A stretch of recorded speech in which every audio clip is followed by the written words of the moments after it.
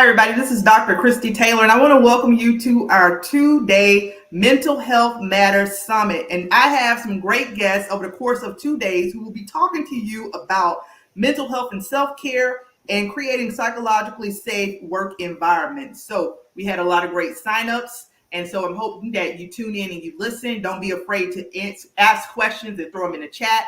We'll be sharing a lot of resources along with information about our guests. So we're going to start with day one, which is mental health and self-care to thrive in your career. And what we're going to do is we're going to do a quick around the room, and we are going to have each guest to introduce themselves. And Kim, we'll start with you. Tell us a little bit about your background and what inspires you to do this work. Hi, Christy. Thanks for having me. I'm known as a pause lady, and I work with high achieving professionals to help you become more successful and happy by doing less. And what got me involved in this is what I'm all about. Is I help really get people connected to themselves so they can actually relieve some of these anxieties and some of the things that they're dealing with, the stresses that they have, so they can actually, just have peace. Thank you so much, Kim. George, please introduce yourself to the listeners. Yes, my name is George Brooks. I am the CEO and founder of my nonprofit Meta Association. I'm a public speaker also, and I like to speak about mental illness. And I feel that this topic is especially apropos today because oftentimes those living with mental illness have a hard time finding jobs and hard time sustaining employment. So I'm looking forward to speaking on that today. All right. And Lisa, thank you for joining us today. Tell us a little bit about yourself. Hi, everybody. I am Lisa Abikwi. I'm a licensed clinical social worker based out of Georgia. I'm the owner and founder of The Comfy Place, as well as the founder of the nonprofit Endless Ripples. We are a mental health practice, and we serve across the lifespan. So I'm excited to share some tips with you guys today. Thank you so much. Heather, introduce yourself. Thank you so much for having me. I'm Dr. Heather Brown. I'm a TEDx speaker. I'm the author of Speaking with the Heart. I'm a relationship expert and a communication expert, which I think is needed in every single business of the world. And so I'm excited to be here to share some of my tips and techniques with all of you. Thank you so much. And Fred, please introduce yourself. Hi, I'm Fred Ruttman. I'm the author of the medical trauma memoir, The Summer I Died 20 Times, because that's actually what happened to me. And it earned me the nickname Repeatedly Dead Fred. So I have a podcast and my book out, and I'm just happy to share with people anything that I can that will help them along whatever journey they're experiencing. Well, Fred, actually, our first question is going to go to you. And before we even start, I want to say again, thank you for all of our speakers tonight for joining us. Thank you to all the guests who will be tuning in across all of our multiple platforms. We will be sharing our speakers' information in the chat throughout the event. We also have a link to the summit webpage where you'll be able to connect with our speakers directly. We've loaded their information there, as well as listen to a playback from tonight's event. And we hope that you not only attend tonight, but also tomorrow. Now, why do we throw this event? Because we know that 1 in 4 individuals suffer from some form of mental health, right? And then May is Mental Health Awareness Month, and there is a lot of stigma associated with mental health. So what you're going to see tonight is, yes, I'll be directing some questions to each of the specific guests based on their expertise, and they'll be sharing their stories and experiences. But this will be an organic conversation where we're bouncing off of each other and answering your questions in the chat regarding mental health. So the first question actually goes to Fred. And, when we talk about the stigma associated with mental health and some of the challenges, we know that 1 in 4 people, again, suffer from some form of mental health disparity. Can you share your personal story and how you approach mental health and self-care in your own professional life? Tell us a little bit about your background and what got you here. So initially, I was supposed to be a superstar in the corporate world. So I have an MBA in finance and marketing, and that was my career path. Ultimately, I ended up as a college professor. If you want to see mental health issues, just try teaching a college class. Been there, done that. But yeah, when I got sick in 2009, which is when I went through my first bouts of being dead, it's a real mental health interrupter and a career disruptor. And there was really no path given to me by my medical professionals for how to recover from all this. I had dozens of concussions, post-traumatic stress, post-concussion syndrome, and everything just got layered. And all anybody wanted to talk about was how to look after my heart. So while that's really important, and emotionally, having a heart is important, but having some mental health and capability to be functional in the world is the most important thing.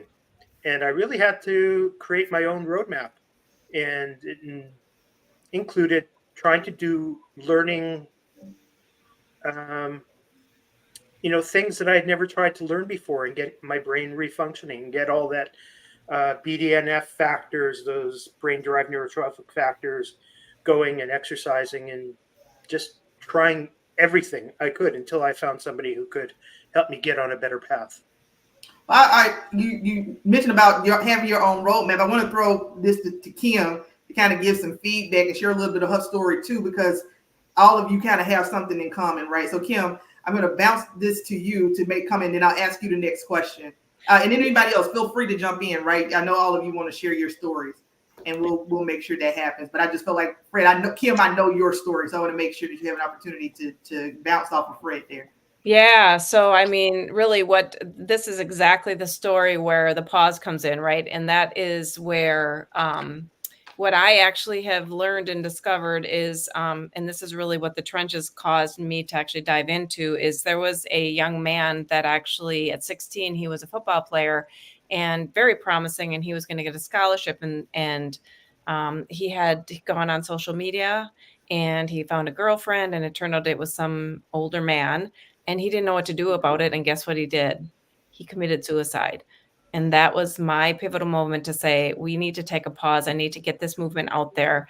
I took about 10 years ago, I took about a whole year off of social media and also off of my phone. And this was when the phone was actually very active and you had to have it. And I just put some boundaries around it. And that's really, really, really key. And that's really the first step in the whole process. And I know, Chris, you're going to ask more questions about this. So I'm just going to leave it at that. Okay. Any other comments on this particular topic? All of you will be sharing, but I just want to make sure. Now, my next question goes to Heather. When Fred talked a little bit about, his story, his journey, and having to kind of find his way and try different things. And here we are. We have an actual Dr. Heather Brown, Psych D, in the room.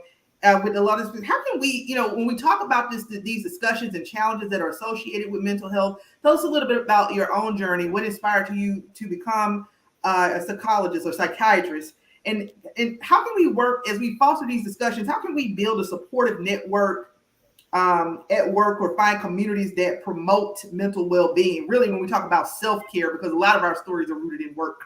Really, it sounds like or experiences. What are your thoughts? Sure. Thank you. Well, I said also, my mom was a paranoid schizophrenic. And so I grew up realizing that we lived in different realities. And so my path as a child was to try to find a way to create a bridge between hers and mine, because they were not the same. And there was a time when I was 12 where she thought the helicopters going over the house were coming to get her. And my dad did what most people would do and say, Ginny, you're crazy and they're not coming to get you. And it didn't work. So as a 12-year-old, I thought, what does she need? She needed to feel safe. So I grabbed my blue blankie baby and I threw it over her head. And I said, they're not going to get you, mommy. And I held her and held her and held her until she came out. And she looked up at me with eyes that seemed to say, you believe me, which I didn't. But I got a huge download. I didn't believe her reality, but I believed she believed her reality. And my willingness to be compassionate to her truth allowed a connection to be made. In the workplace, it's the same. In life, it's the same. If we're willing to be compassionate to the people who are around us and to find out how can we connect, we can start to find pathways, whether it's through, if someone's struggling, having someone come in and speak with them, or having a support group, or having everybody rally and bring in food, or bringing in massage, or having an anonymous journaling group. There's so many things that can be done to support, as long as you ask, what is it that you need? And if we can provide it, we will. And if we can't, then we'll try to set you up with resources for you to do on your own. But if you don't ask for what you need, you're not going to get it. And so that awareness of my mom, that if I bring in compassion, I can connect with you more.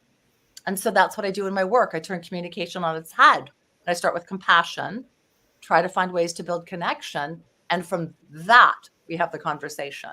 And if corporate America was aware of that, we would have a very different boardroom situation.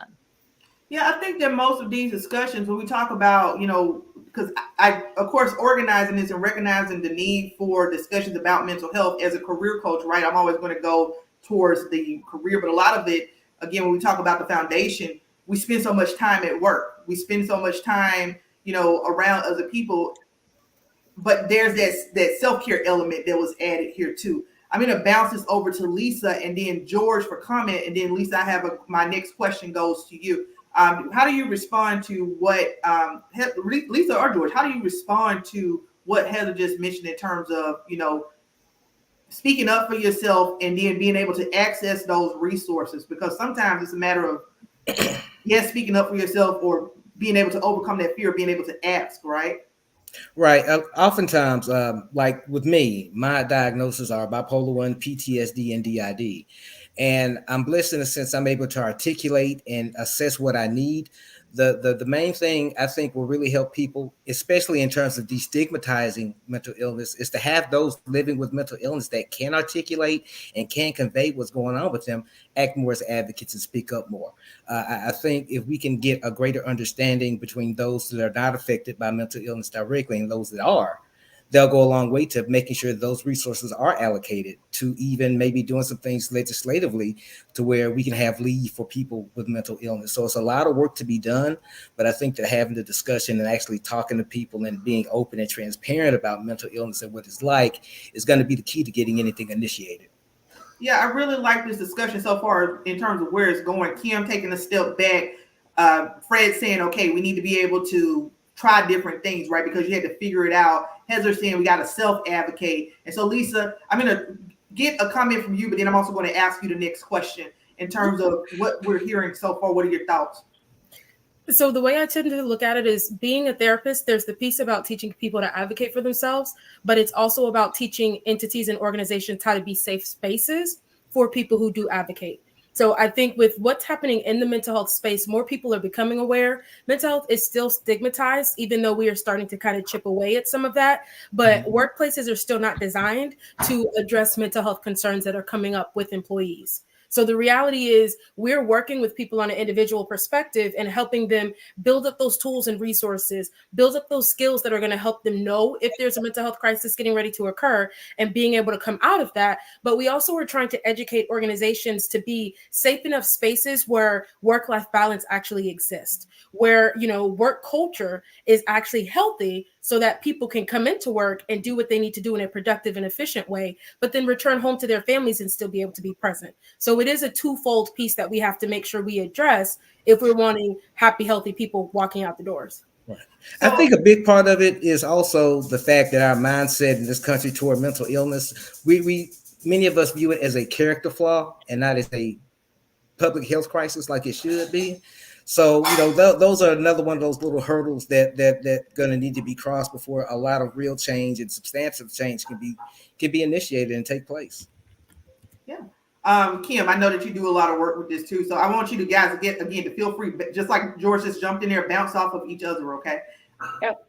Yeah, so I actually have a program that I bring into schools and into companies where I teach them how to pause. And then there's a methodology around it where the time box comes in. And this is where they establish boundaries around themselves, their personal space, as well as their career space. So for instance, a real small piece of the puzzle is they go from meeting to meeting to meeting to meeting.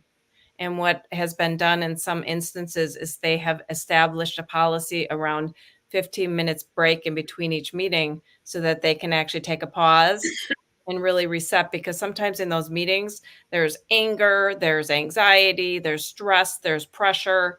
And many of the people that I've talked to and interviewed said it's been, they have no time to breathe. And what's happening is our muscles are actually retaining this and staying in all of that, just like cognitive science, right? You have all these brain pathways that you're creating, well, your muscles are retaining those as well.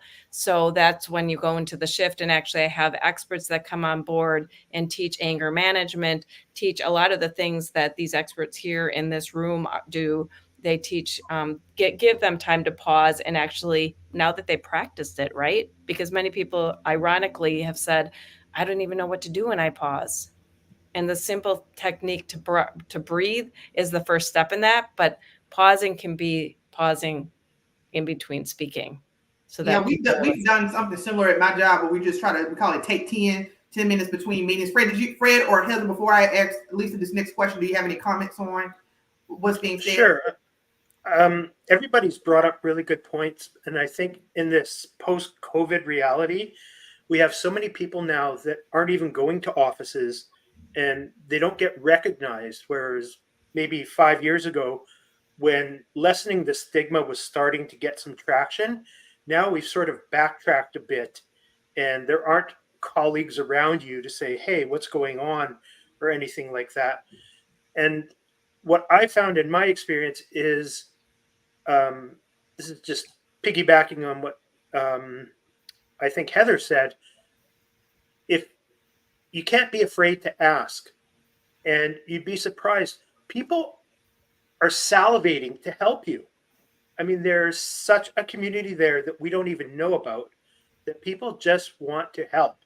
They may not know how to help or that you actually need help, but if you ask, people will, it's like a magnet. They'll start being attracted to you, and you're just going to find a support system you never knew existed. Yeah, I mean, and I think this next question is so relevant, Lisa, because Fred just made a great point about like the work environment being so completely different today. And even though those resources are there, right? What is it? When your company offers those additional, it'll come to my head. Like workplace benefits or like I forget what it is, but a lot of companies have that. We have to take it. Like in the military, we have one source. So if you're one of my military folks listening, you can call military one source and get additional help. I've used it plenty of times, but I want to bring this conversation away from work, right? Because I was having this conversation. I did a pre-event with Dr. Tim Hill, and we were talking about, sometimes you will see people on Facebook or just the internet in general say, well, I don't bring work home with me. I can work in any environment. I'm adaptable. I don't take that energy with me, but we spend so much time at work. And Fred, I've been a college professor. I know what it's like in teaching. I know it's like to have 30 people in the classroom taking all your energy, right? And so let's shift this conversation. And Lisa, I wanted to ask you, okay, so I'm a career coach. I deal with a lot of people who get burned out, right? And I'm sure you've seen it. People coming to you, they burned out. Kim, I'm sure, and Dr. Harris, I'm sure you've seen it as well. People are burnt out in their careers, and you're bringing this energy home, and it's impacting other areas of life. So, Lisa, that's the piece that I really want you to speak to help us transition to this conversation in terms of how, if this is happening to us, how can we discover or reconnect with our purpose in terms of trying to, one, make sure that we are not burning ourselves out, because we know that what it starts with is with burnout, being tired, stressed out, right? And that can lead to other mental health illnesses such as depression. Let me give you an opportunity to speak. Definitely. So when I look at the burnout aspect, I typically like to break it into parts. Being that I am a therapist, I do like to utilize parts language from time to time, because when we explore with someone what their identity is, a lot of people, especially adults, their work is their identity. They are working from home. They have to work to survive. So in reality, there is no separation for them, right? This is all I know. This is what I have to do. This is what helps us live. And especially with COVID, when everyone was in survival mode for so long, and now we're still trying to get out of that, and our kids are still trying to get out of that. It's hard for them to separate, to see who they are and what they actually want to do. So I like to help people get back in touch with their why. You know, why did you choose the profession that you chose to go into? Was this something that you were doing because you were passionate about it? Did you want to make a difference? Or are you just doing this because you needed a paycheck? Because the way that you approach that kind of situation looks different when you know why you're there. If you know you're just going in for a paycheck, then what we might work on is building skills that helps you fortify and block out the negative pieces that come with the job. So you understand, I'm just clocking in to do what it is I got to do so I can go back home. And we help you build up that that wall so that you can show up for your family, because again, you know what the purpose of this job is. But if this is something that you're passionate about, where you're like, I'm pouring my all in, like you guys mentioned, being professors, you give your all to your students when you show up. But if you give everything to them and then you go home and have nothing left, it doesn't help your family. So we look at why you've chosen a career. If you are at the point of burnout, we pull back and we explore, how do we titrate what you are doing at work so you still have enough energy to show up in the other places that you are in. So that concept of like, is the glass half empty? Is it half full? The way that you explore and look at things is going to determine how you interact with the world around you. So I like to help people see, why am I even doing this in the first place? And if I understand why I'm doing it, then I'm going to understand who I am. And once I know who I am, how I show up in the world is going to be a little different, because now I'm functioning with this world from a place that I chose versus from a place that someone told me I had to be. Does that make sense? So I think I look at it that way, because it's just easier for people to say, hey, this is what I want to do. So because this is how I want to do it, I'm going to come in, I'm going to be myself, I'm going to enjoy this and actually take on the task and it not feel like too much. Versus, I don't want to do this anyway.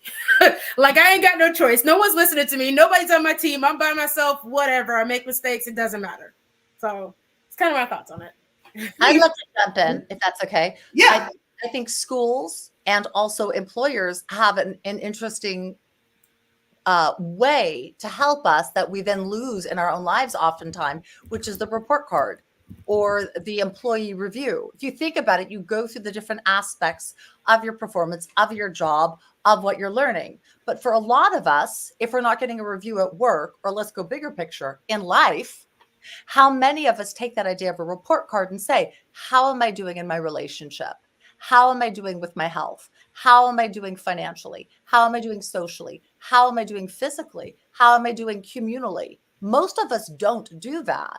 And when I work with people, or companies, that's one of the things I say. What is your life mission statement? What is your couple mission statement? What is your company mission statement? And where are the attributes that are important to bring in? And then we evaluate it. If this month you didn't get any exercise, we got to make certain next month you're bringing that up. And what's going on that you're allowing yourself to not take care of yourself. But we can see the model, but in our own life, a lot of times we just kind of throw it out the window and say, well, I'll get to it when I have time. And it never happens. So where's that self-evaluation and also that support to get you back to that place where you are able to say, maybe I don't even really love my job, but it makes me a ton of money. But then I get to have the weekend with the kids, and that's my highlight. And I go to church and I'm with my family, and this provides that. That can be okay too. Our career doesn't have to be our only passion. I would hope we have many.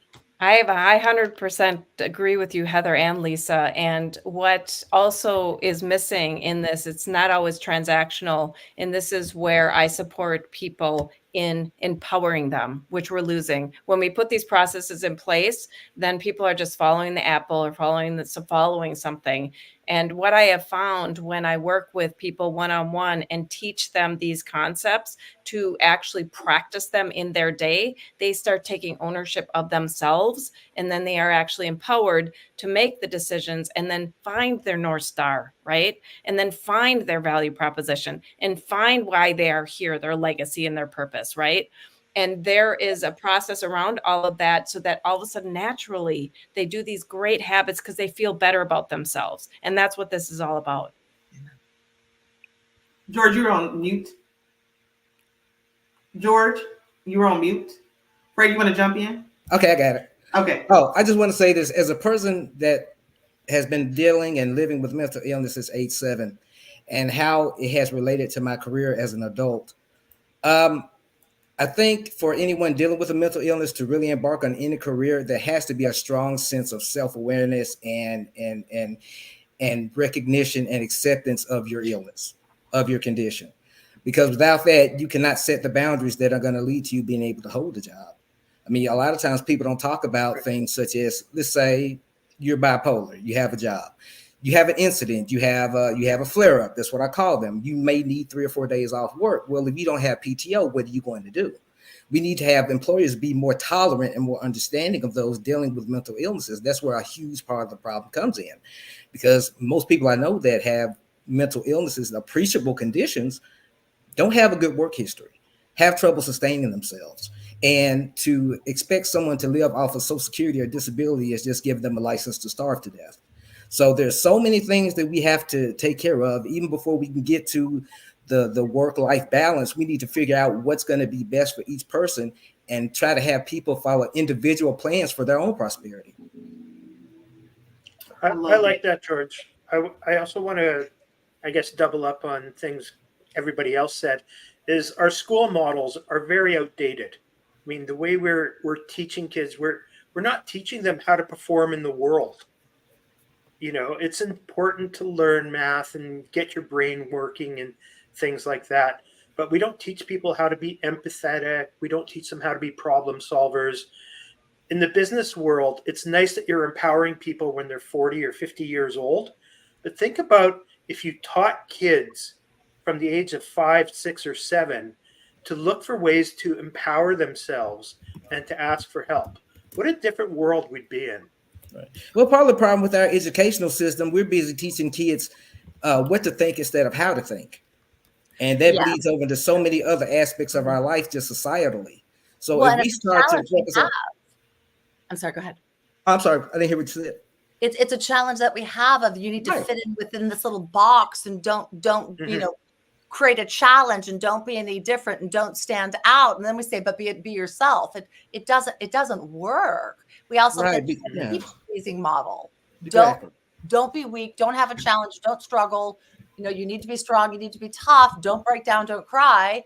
We're dehumanizing who we are. And then we don't feel that we even have a right to have struggles or challenges. And why would you raise your hand? I'm struggling. Oh my God, you're going to be ostracized. And I'll say this about, and this is, I'm very passionate about the mental illness aspect because of my testimony. But, you know, the funny thing is that people oftentimes, and this is especially true on jobs, I can tell you stories about this, but, you know, the thing about having a mental illness is that people always want you to act as though you don't. And that's very difficult as well.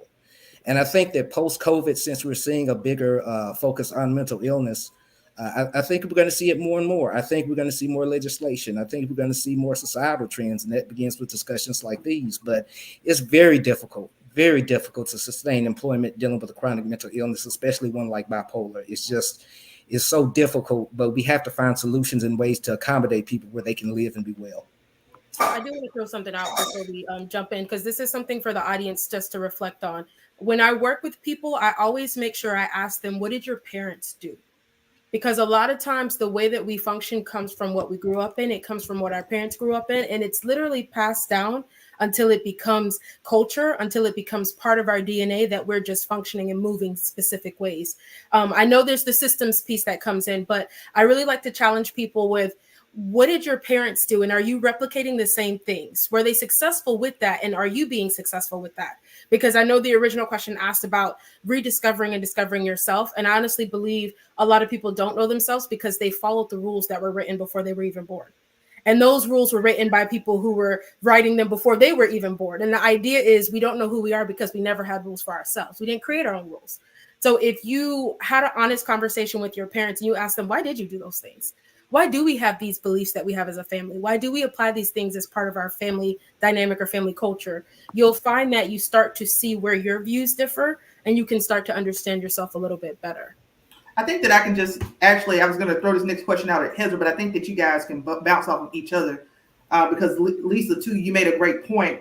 And so when we talk about this concept of self-care and asking these questions of why these things are rooted this way, I want to start this discussion on not only the advocacy piece, but I want to go back to something Fred said in the beginning about exploring options and just trying to figure it out, right? So here we have all of these experts in the room.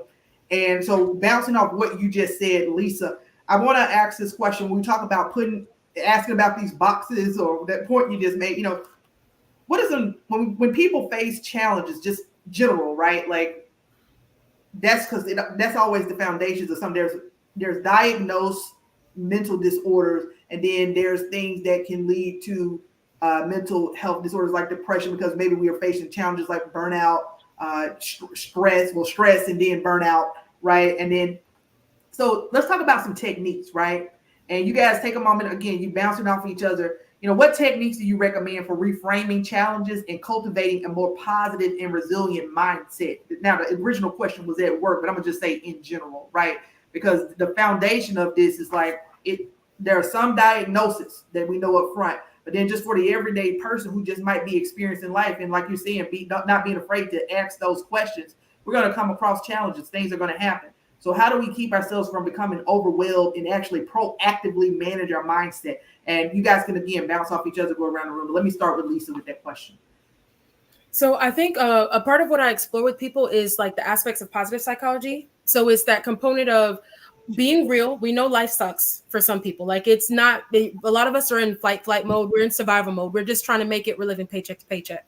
We're not going to pretend like that's not happening. I'm not going to get you to be successful when you're like, I got bills to pay and I got children to feed. So the reality is I'm not going to negate that and pretend like that doesn't exist, because that is affecting your system.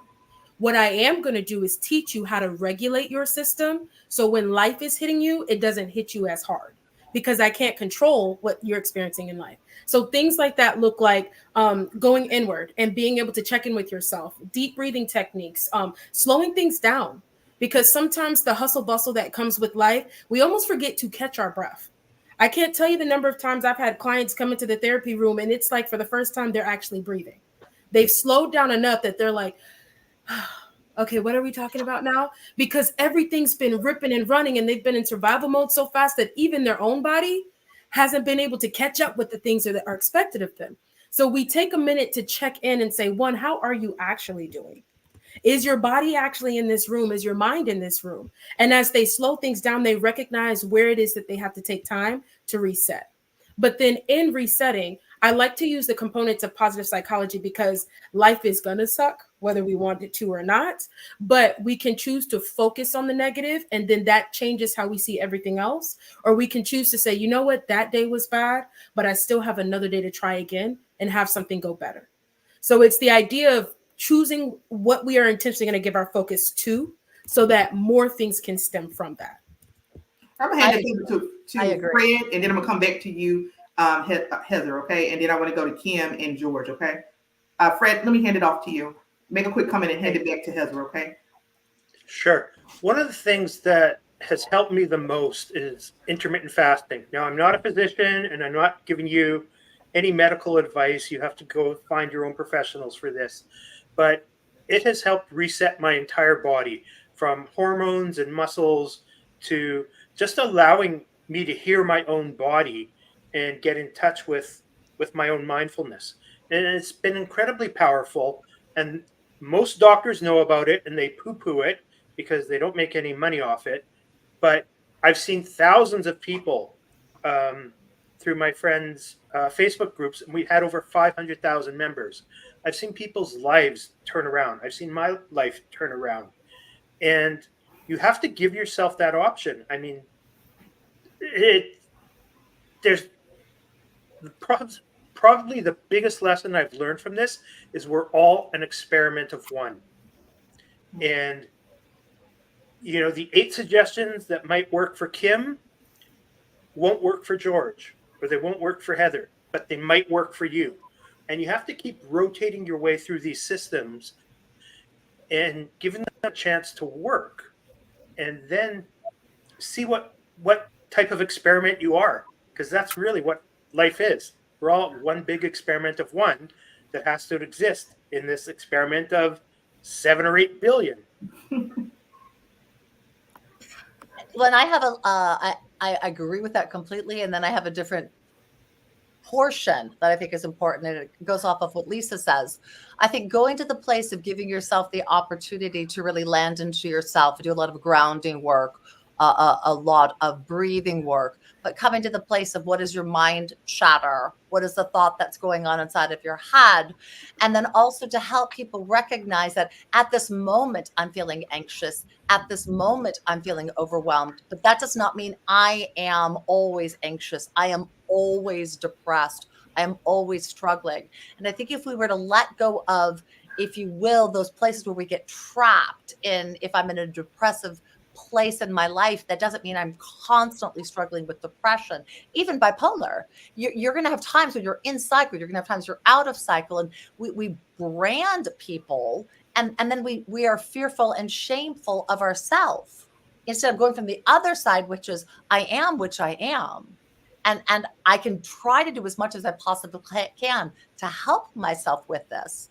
But if I reject who I truly am or what I truly need, I'm not going to do well. And so if we could help people come from the other side of what is your body like? What is your emotional state like? What is your psychological state like?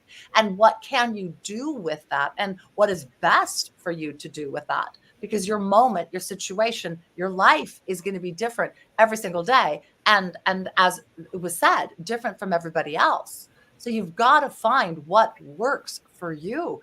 What George said, so incredibly important. He might need to take 3 days off. And if he needs to be able to come back and continue. So that place of self-advocacy, self-awareness, and letting it be okay to take care of yourself. It's crazy that it's not okay to take care of yourself.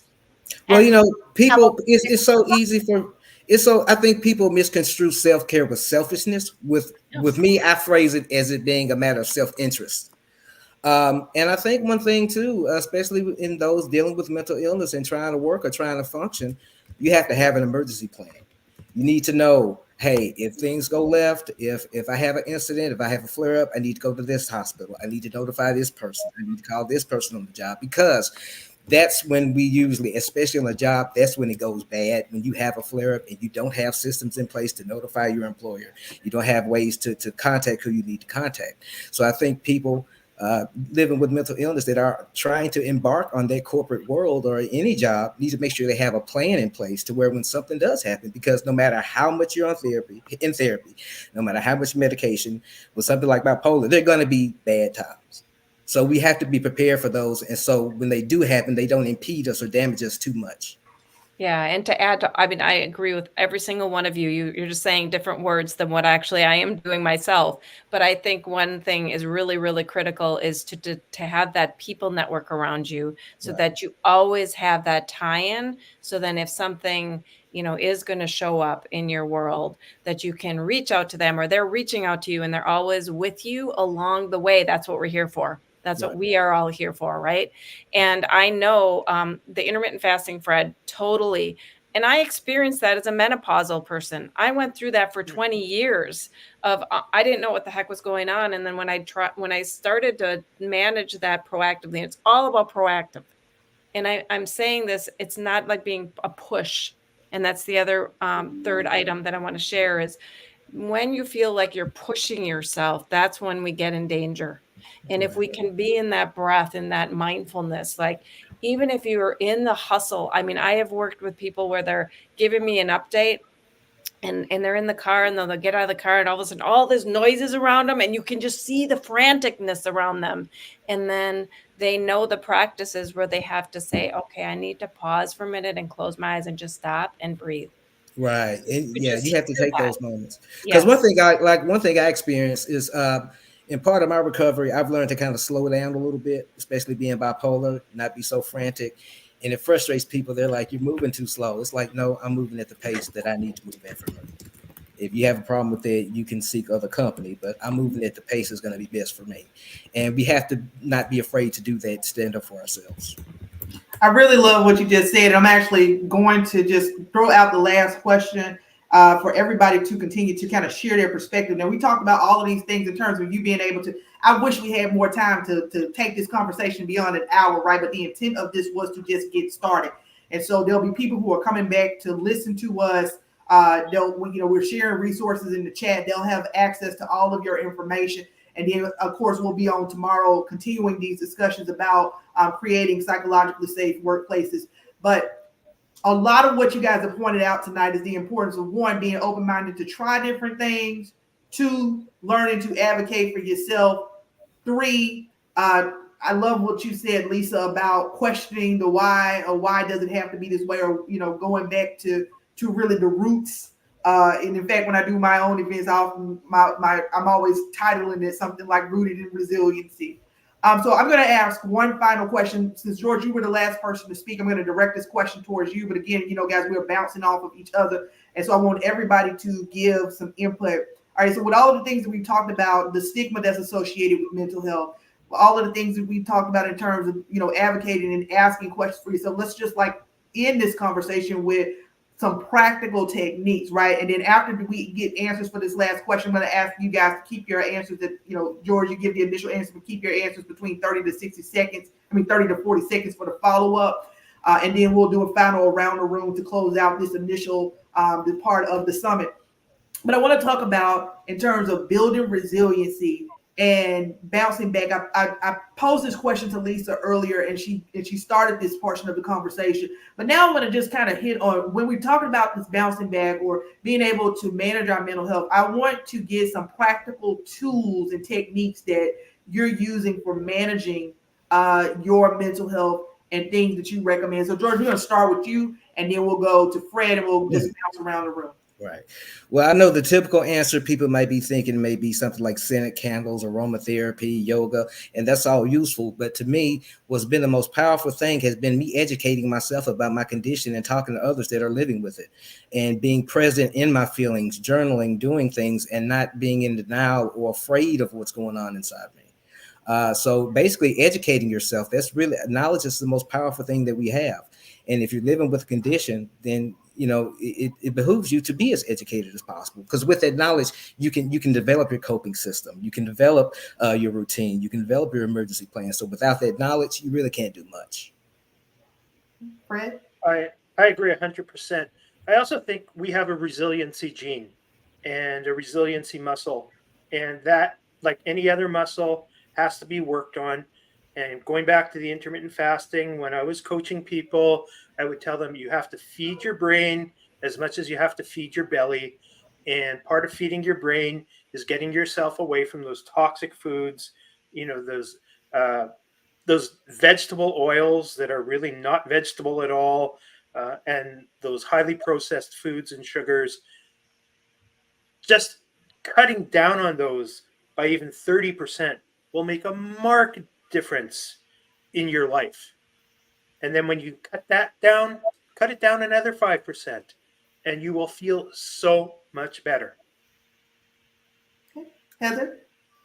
Mine will tie into what you said, Christy, of rootedness. And it's really guiding people and taking that time to get into yourself and to get into your body. Breath work, grounding work, inner child work, meditation, all of the things to help you find out where you are. Because when you find out where you are, then you can attend to what your body needs. If you aren't finding out exactly where you are, you're in crisis mode and you're in panic mode, and that's not the best time to act. So taking a little bit of time to tap into, and then having that ability to keep helping yourself explore that day in and day out, to start to see more and more how you were doing and how you were feeling and how you're integrating everything. And especially to get to that place of peace and quiet within your brain as much as you can, so that you can receive the wisdom that wants to drop in through you and to you and for you to utilize for your better good.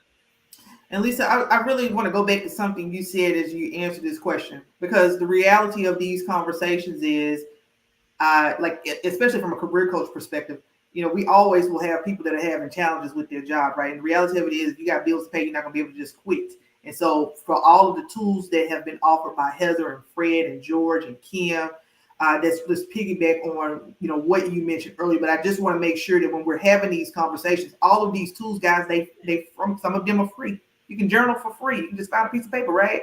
And start writing that stuff down, what Dr. Brown just said, right? So you can breathe for free. Breathing is free. You can go to YouTube University. You can find resources to help you. You got Chat GPT. Ask it, for some mindfulness techniques. You can go. We stopped Career Coach RX, but we have all kinds of meditations on there. The YouTube page is still up. So I want to, Lisa, in asking that question, I just want to make sure that whether you're listening now or you're listening in the future, that that even though we have all of these experts here, we're telling you to start where you are and with what you have, right? And so let me give that over to Lisa to piggyback off of that and answer. I was like, y'all, she set me up. So I was gonna say something earlier, and I'll tie it into this. So I was like, self-care is a safe word. If you guys think about it, when people talk about self-care, they feel more pleasant and bubbly. But when they talk about boundaries, when they talk about saying no, when they talk about advocating for themselves, people get a little ick. So I just throw that out there because I want to make sure people understand people are going to use terminology that feels safe for them. But either way, you still have to do the other pieces. You still have to advocate for yourself. You still have to make sure you check in and you speak on what's happening. The other side of that is healing is important. Because I use the analogy of, when you get a scrape on your knee as a kid and then someone puts a Band-Aid on it, but they say if you leave the Band-Aid off, it heals faster than if you cover it with the Band-Aid. That is healing for your body. The brain's number one job is to keep you alive regardless of what you experience and regardless of what you go through. So if you give your brain the ability to do what it's designed to do, you are going to bounce back. And sometimes that means you have to be honest with yourself. You have to go where it feels uncomfortable. You have to acknowledge that you on the crisp of having been in that oven too long, that you ain't got nothing left, so that you can actually give yourself enough space to heal. Because sometimes when you're going through the motions, you're making yourself sicker than if you took a pause back to see how you could reset your life, reset your schedule, so that you could do the very same thing you're doing differently.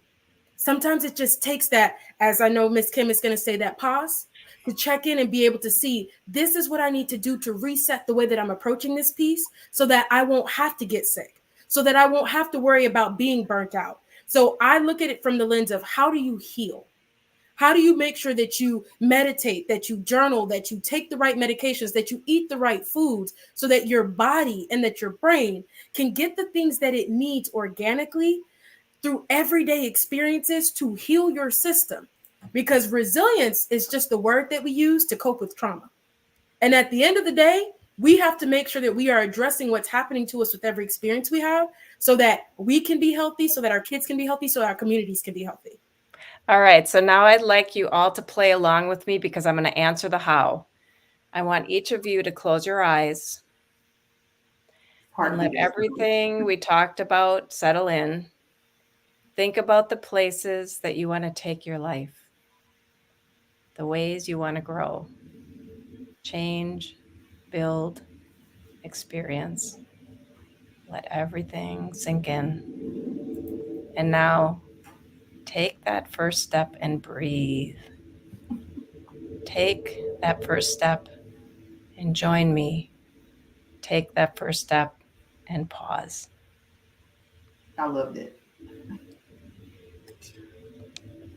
All right. So now I feel a little bit odd because I don't know if anyone else actually closed their eyes. I didn't close my eyes, but I think Okay, as long as you... I might fall asleep. But I mean, listen, breathing is free, right? And listen, if you guys have not had an opportunity to hear Kim's story, Kim was one of my first podcast guests when I launched the Career Coach Artist podcast, and we spent a good amount of time talking about what inspired her and how she got into her movement. So we'll definitely, that is on the WORxK Solutions website. But guys, this has been such a great start to the discussion. I wish it could have went longer. I'm going to stop us right here. I'm going to go back to Fred because now we're going to do our 2-minute plugs. We're going to tell people what we have coming up, and we're going to prepare ourselves for continuing this discussion tomorrow. So Fred, give us, as I do with every event I host, give us your words of wisdom, lessons from today, and tell us where you're going to be, where people can find you, and we'll also be sharing your information in the chat. Well, that's a lot to pack in 2 minutes or less. So you can find me on Amazon with my book, The Summer I Died 20 Times. It's available in paperback, in Kindle, and now an audiobook with someone reading it that sounds nothing like me. So it's really, really a weird sensation. And I have a small Instagram, repeatedly DF. So repeatedly Dead Fred, which is my nickname. Or you can find me on LinkedIn at Fred Ruttman. And I also have my own little podcast, the Dead Man Walking Podcast, which is available on Spotify and YouTube and, all the big podcast channels. So if you want to find me and potentially be a guest or have me on your show, please connect with me. I'd be happy to talk to you. And Christy, thank you for organizing this. And to all the other hosts, you guys are amazing. Great information. Any final words of wisdom, Fred? Yeah, I'm kind of stuck on this thing from Dr. Viktor Frankl, who was a Holocaust survivor. And, he went through the concentration camps and everything. And he came out of it the most positive man in the world. And to summarize his book, Man's Search for Meaning, he says, if you have hope, you can conquer almost anything. And hope, like breathing, it's free. The supply chain hasn't gotten to it. It's out there. It's just a matter of if you want to grab it and how much you want to grab it. I love that. Heather? Thank you. This has been wonderful. And I've loved meeting all of you. So thank you. Easiest way to find more about me or to work with me is my website, www.drhetherbrown.com. You can find my book, my TEDx, my newsletter. I have an entire page of freebies. So go grab them. I have an entire page of media links to watch podcasts and articles that I've been in. But obviously, my book, Speaking with the Heart, which has been out for a couple of months. It's on compassionate communication for couples. That's available on Amazon and Barnes & Noble. Viktor Frankl is an absolute love of mine. So I'm so glad you've mentioned that. And the thing that I like to say is a yes is also a no. And I think if we were to be told that, we would realize that if I say yes to you, on one hand, I am to say no to me. So we feel fearful of boundaries. We feel fearful of making choices for ourselves. But if you do one, it's the opposite. Same thing for self-love. I can say it's hard to love myself, or I can say it's as easy as not loving myself. I hate myself. I love myself. It's a choice for us to make. And my viewpoint is I only have this one life. And so why would I not want to try to take care of me as best as possible, love me as much as possible, and look at those places where I struggle with that to figure out that little puzzle of me? I hope the day I die, God says, what do you think? And I just say, oh, thank you, thank you, thank you, thank you, thank you, thank you. And thank you for letting me be Heather. And then he's going to say, did you do everything you wanted? And I'm going to say, hell no. But what a great experience and hard experience this has been. And within the two of those is the blessedness of love. Thank you. That was so powerful. I'm going to be thinking about when you say yes to somebody else, you're saying no to yourself, right? And guys, we're going to talk a little bit about this tomorrow too. But what she just said in terms of like establishing boundaries, that was brought up tonight. And I also love the fact that we're saying like, hey, it just starts with a breath. Like I'm taking notes in my head, right? Breathing is free. Establish your boundaries. When you say yes to somebody else, you're kind of saying no to yourself, right? Lisa, what are your words of wisdom and how can we contact you? Hello. So you guys can check us out on our website, www.thecomfyplacellc.com. We are on Instagram as So Comfy Therapy, and I'm on LinkedIn as Lisa Bickley. I want to say thank you, Ms. Christy, for allowing me to be on today. This was an awesome experience. And I believe my biggest words of wisdom that I want to tell everyone is please heal. People are hurting. Adults, kids, communities, like we're all struggling at the end of the day. And if one person just took a minute to check in with the neighbor, if an employer just took a minute to slow things down and make sure their people are good, we just might have a world that sucks a little less. So, my plea is for people to just slow down enough to really make sure that you're good, make sure that your kids are good, because we are passing down some bad stuff, y'all. And I primarily work with kids, so I see it a lot. Our kids are struggling too. So please heal. My thing would be, if you're not sure what that means, if you're not sure what that looks like, visit our website and let's start the discussion. We will help you get connected to who you need to get connected to so that you can start the process and no one has to know. So the journey of life is for you. It's your life. It will never be the same as anybody else's, regardless of who's in it with you. So that's my thing. Please heal. Powerful. 2 words. Powerful. Right? You're on a shirt. Please heal. Kim. Yeah. So one takeaway is reach out to one of us and get support, get some kind of help, just so that you have that connection. We're all here to help you.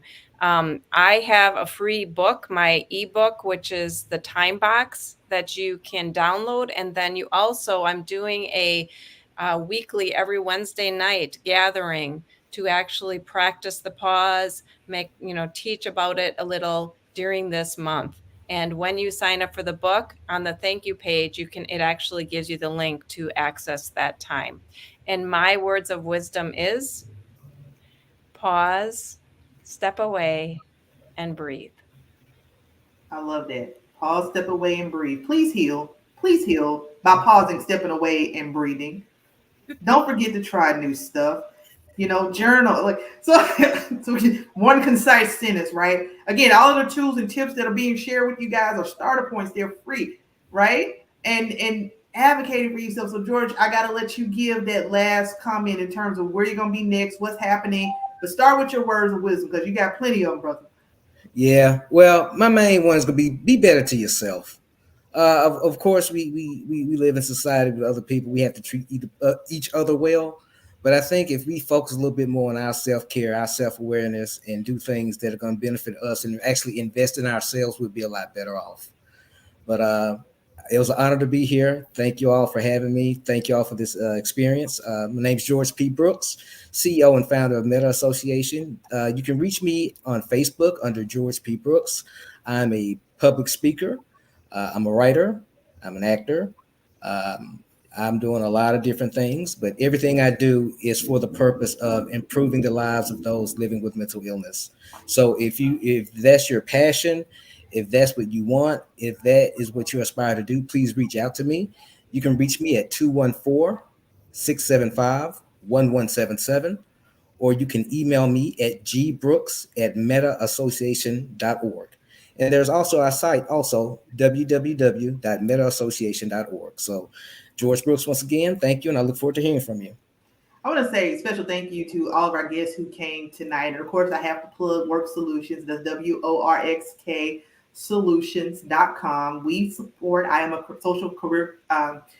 social impact career coach. We focus on supporting mission-driven individuals and organizations. We do events such as the social impact events where we're talking about mental health. You'll see us, we did the Black Health Summit. Most recently, we also hosted a women's podcast, Blitz for Women's History Month. We just posted the events page in the chat, so be able to check us out. Be sure to check us out. We have a few upcoming workshops where we're going to be focusing on building resiliency. My favorite title for Black women who have considered walking out when the seat at the table wasn't enough. We'll be doing a resiliency workshop on that, and then we'll also be hosting an event where we're partnering with churches to do career development workshops. So, guys, tune in tomorrow for part 2. 11:30 to 12:30 p.m. We realized that this was only a 1-hour conversation, but it's over 2 days, right? These were just tidbits to get you started, to get you thinking. We gave you important things. Advocating for yourselves. Advocating, speaking up is free. You have a voice. Don't be afraid to do it. And then also being realistic. If you are a business owner, if you work in a corporate environment, if you are in a high position, think about the support services that you're currently providing to your employees in terms of how you can better help and how you can accommodate them. And tomorrow we'll be talking about, again, mental health advocacy and creating psychologically safe work environments. So thank you for tuning in today. We will again we encourage you to fill out the survey for today. Thank you to each of our speakers. It was an honor and a pleasure to work with you. This event will be available for replay on our YouTube channel as well as the WORxK Solutions website. And you can connect with all of our speakers. Their information was posted here in the chat, as well as been made available on the WORxK Solutions website. Again, WORxK Solutions.com. Thank you and have a great night. We'll see you tomorrow at 11:30 for part 2.